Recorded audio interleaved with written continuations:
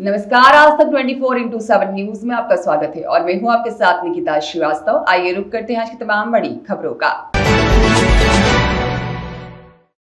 लोगों में आक्रोश, चक्का जाम की बनी स्थिति। जिले भर में अवैध रेत उत्खनन और परिवहन जोरों पर। उच्च राजनीतिक संरक्षण के चलते बेलगाम रेत माफिया। केवलारी के ब्लॉक उगली थाने का मामला। केवलारी एसडीएम एसडीओपी मौके पर पहुंचे। रोड पर शव रखकर किया गया चक्का जाम।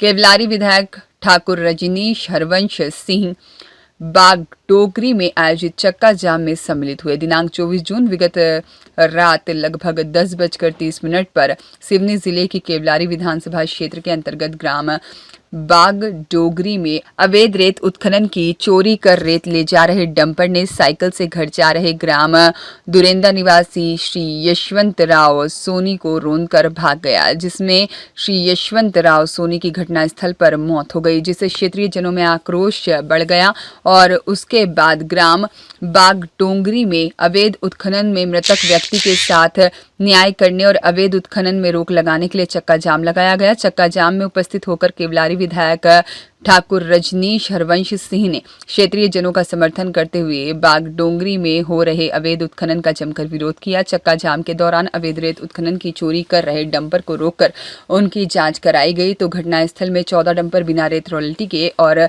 7 पोकलेन पाए गए, जिसमें केवलारी विधायक ठाकुर रजनीश हरवंश सिंह और क्षेत्रीय जनों के द्वारा घटनास्थल में मौजूद 14 डंपरों और 7 पोकलेन को राजसात करने और अवैध उत्खनन कर रहे ठेकेदार पर कठोर कार्रवाई करने की मांग शासन से की गई और मृतक के परिजनों को उचित राहत राशि प्रदान किए जाने की मांग की गई।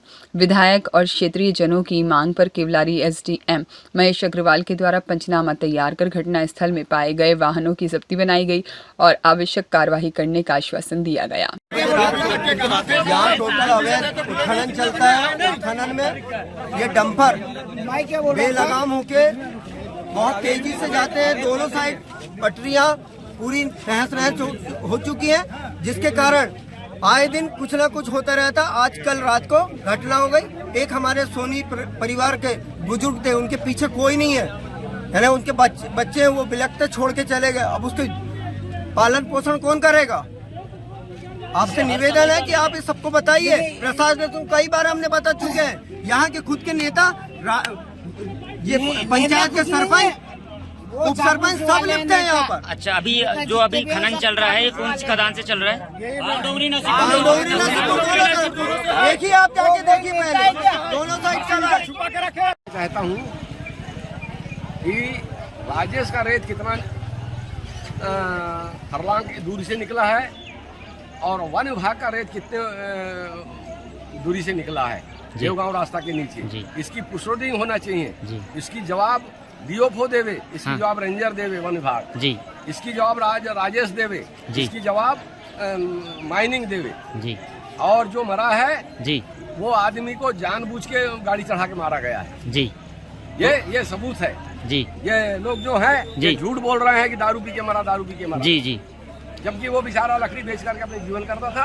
किसी को आज तक कुछ नहीं भूला। अब क्या कर सकते हैं वो उनके लिए? उसके लिए ये है कि वो आकर के अपना हमको रियलिटी बताएं कि रियलिटी कहाँ की कटनी। नहीं, अब मरने वाले को कम से कम आर्थिक स्थिति के बारे में कम से कम 10 लाख रुपया आर्थिक स्थिति उनको देना चाहिए जी। वो जो रेत निकाल रहे हैं इनको परसेंट मिलना चाहिए जी।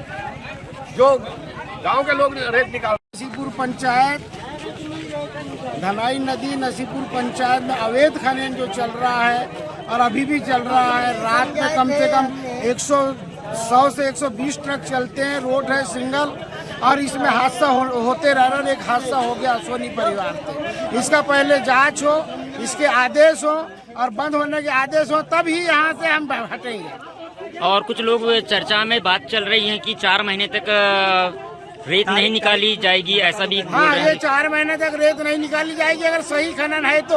और खनन अगर घोषित नहीं है तो सब समय के लिए बंद हो। बरसात के 4 महीने डंपर से रेत निकासी बंद होनी चाहिए और विधिवत जांच होने के बाद ही कहाँ खदान है वहीं से निकासी होनी चाहिए।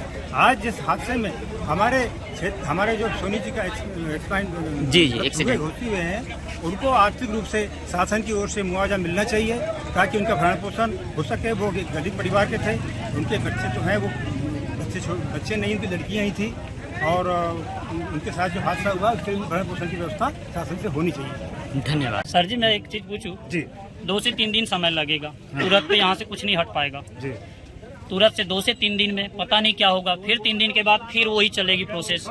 निकलने दो, सब कुछ खत्म कर दो। हमको यही चाहिए, हमारे यहाँ के लोगों की जनता, हम लोग बहुत परेशान है। और ये रोड से भी रात को मैं खुद ट्रक वाले से बचाऊं, गाड़ी अच्छा हो के आउटसाइड में स्लिप हो गई, नहीं तो मेरा भी सिर चाक के नीचे होता। आज में भी यहाँ नहीं बोल पाता।